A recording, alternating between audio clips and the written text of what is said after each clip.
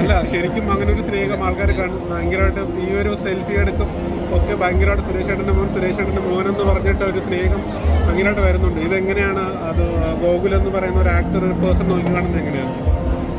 സ്വന്തമായിട്ട് ഒരു പേര് ഉണ്ടാക്കിയെടുക്കാനായിട്ട് ശ്രമിക്കുക. അച്ഛൻ്റെ വലിപ്പം പലപ്പോഴും അച്ഛൻ്റെ വലിപ്പത്തിൻ്റെ നിഴലിൽ എന്നെ കാണാതായി പോകുന്ന പോലെ എനിക്ക് തോന്നിയിട്ടുണ്ട്. നല്ല സ്വന്തമായിട്ട് ഐഡൻറ്റിറ്റി ഉണ്ടാക്കുന്നത്. ഓക്കെ, സിനിമ ഇപ്പോൾ തിയേറ്റർ റിലീസ് ആവുകയാണ്. അന്ന് പ്രിവ്യൂ ഷോയ്ക്കൊക്കെ ഭയങ്കര അഭിപ്രായമായിരുന്നു. ഇപ്പോൾ തിയേറ്റർ റിലീസ് ആവുകയാണ്. എത്രത്തോളം പ്രതീക്ഷയുണ്ട്, എക്സൈറ്റ്മെൻ്റ് ഉണ്ടോ?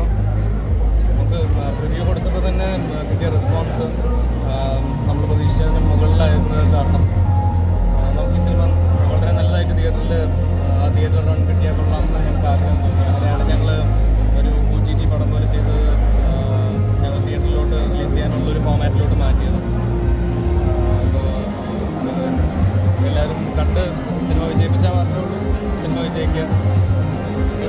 ഇങ്ങനത്തെ ഒരു ഡിഫറെൻറ്റ് എക്സ്പെരിമെൻ്റ് ആയിട്ടുള്ള സിനിമയാണ്. അപ്പോൾ വിജയിച്ചാൽ മാത്രമേ ഉള്ളൂ ഞങ്ങൾക്ക് ഇതേപോലത്തെ ഡിഫറെൻറ്റ് എക്സ്പെരിമെൻറ്റ്സ് വീണ്ടും തുടരെ ചെയ്യാനായിട്ട് സാധിക്കുക. അപ്പോൾ സിനിമ വിജയിക്കുന്നത് അതിനെല്ലാവരും ഞങ്ങളെ പ്രോത്സാഹിപ്പിക്കുന്നു. സിനിമ പോയി കാണുന്നു, തിയേറ്ററിൽ വിജയിക്കുന്നു. Okay, thank you.